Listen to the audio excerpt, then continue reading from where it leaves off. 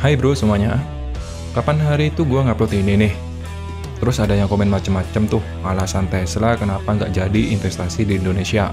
Ada yang bilang nikel bukan satu-satunya opsi lah, karena ada teknologi baru tentang baterai sodium ion. Ada yang bilang karena SDM Indonesia lah. Juga ada yang bilang Indonesia ngemis-ngemis ke Tesla. Yang paling parah nih bro ya, ada yang bilang kita harus introspeksi diri. Oke, gua cuman mau menanggapi yang terakhir itu aja bro. Gini bro, jujur gue suka introspeksi diri tuh jujur. Tapi untuk hal ini, gue menolak bahkan menentang introspeksi diri. Karena jika gue setuju bro, introspeksi diri, maka gue setuju untuk mengubah aturan hilirisasi yang digaungkan pemerintah sekarang. Karena jujur, gue membaca Tesla ini nggak mau berinvestasi di Indonesia, ya karena aturan, itu aja kendalanya. Oke, kalau begitu kita bahas, seberapa kuat sih Tesla ini dalam pengaruh perkembangan mobil listrik global ke depannya, tentunya berdasarkan data dan fakta men. Sejauh ini Tesla masih menjadi perusahaan dengan penjualan terbanyak untuk kendaraan listrik. Oke, fix. Data, itu memang betul. Meski pada semester pertama tahun 2022, BYD sempat mengungguli Tesla dengan penjualan sebanyak sekitar 630.000 unit. Sementara Tesla, pada rentang waktu yang sama, berhasil menjual sekitar 560.000 unit. Gini bro, kita lihat dulu. Tesla didirikan pada tahun 2003, mulai menjual sekitar tahun 2008. Tesla memproduksi mobil pertamanya bernama Roadster yang berhasil menempuh jarak mencapai 394 km dengan sekali pengisian daya. Mobil tersebut kemudian dijual dengan harga 100.000 US dollar atau sekitar 1,5 miliar rupiah dan tergolong ke dalam mobil mewah pada saat itu. Di Indonesia sendiri bro, telah terdapat ada 3 jenis mobil merek Tesla yang dijual, yaitu Tesla Model S, Tesla Model 3, dan Tesla Model X. Dengan segala kecanggihannya nih yang ditawarkan oleh Tesla, ya tentu biaya perawatannya pun tidak murah, seperti produk-produk Amerika lainnya bro. Melansir dari CNN, penggantian ban mobil listrik saja diperkirakan membutuhkan biaya sekitar 16,5 juta. Hal ini karena ban yang digunakan adalah ban khusus yang disarankan, yaitu Michelin Primacy MX M4. Ban yang digunakan pada mobil listrik juga 2 kali lipat lebih cepat aus dibandingkan ban konvensional, sehingga memerlukan pemantauan yang lebih rutin. Ini faktanya bro. Meskipun tidak memerlukan oli bro untuk melunasi mesin, tetapi sejumlah komponen seperti kaliper rem tetap memerlukan pelumasan setiap tahun, atau setelah menempuh jarak 20 km. Dikutip dari Auto Evolution, salah seorang pemilik Tesla Model 3 mengaku harus mengeluarkan biaya hingga 600.000 untuk 3 kali pelumasan kaliper. Oke, spek yang dimiliki oleh produk Tesla. Apakah selain Tesla nggak ada? Ada bro, banyak merek lain selain Tesla mobil listrik di dunia. Cuman skala global masih yang dikenal orang-orang itu Tesla.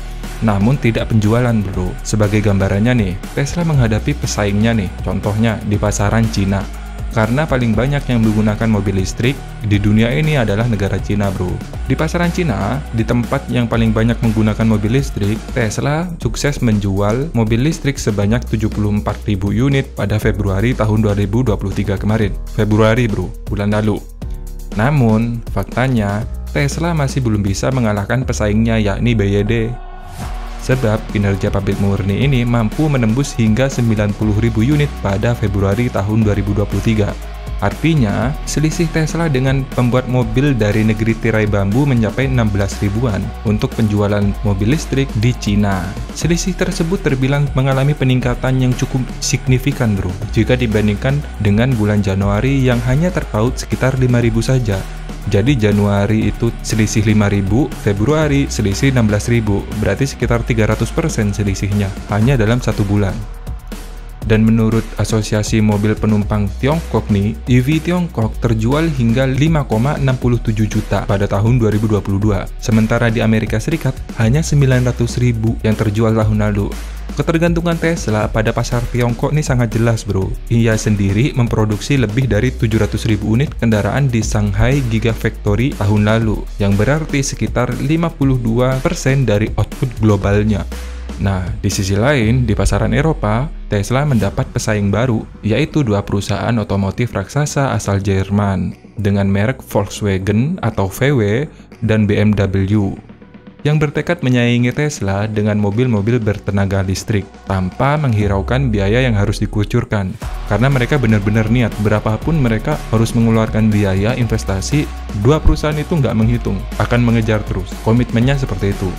BMW mengungkapkan, minggu ini nih, mereka mengeluarkan atau mengalokasikan dana sekitar 8,3 miliar US dollar atau sekitar 127 triliun, 5,5% dari pendapatannya untuk belanja modal dan keseluruhan investasi karena perusahaan bersiap untuk meluncurkan EV generasi New Class. Sampai di sini kita bisa ambil pelajaran bro, bahwa Tesla memanglah canggih.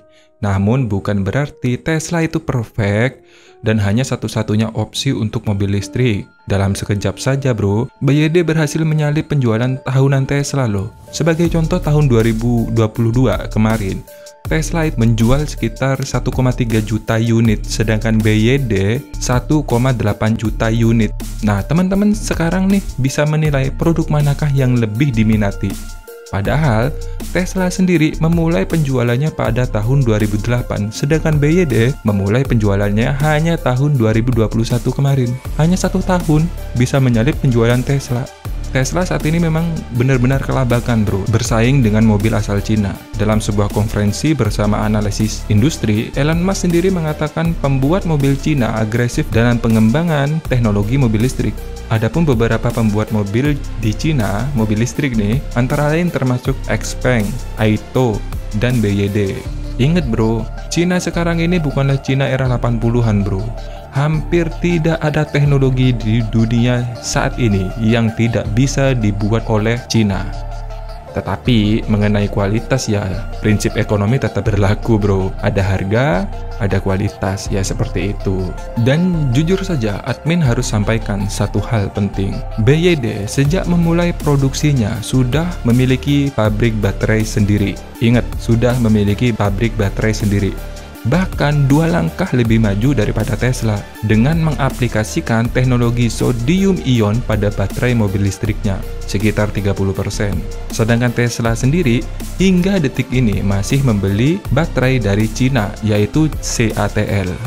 Sekali lagi nih, nikel CATL dari IMIBoro atau Industrial Morowali Park dan PT Vale yang ujung-ujungnya ke kita juga men.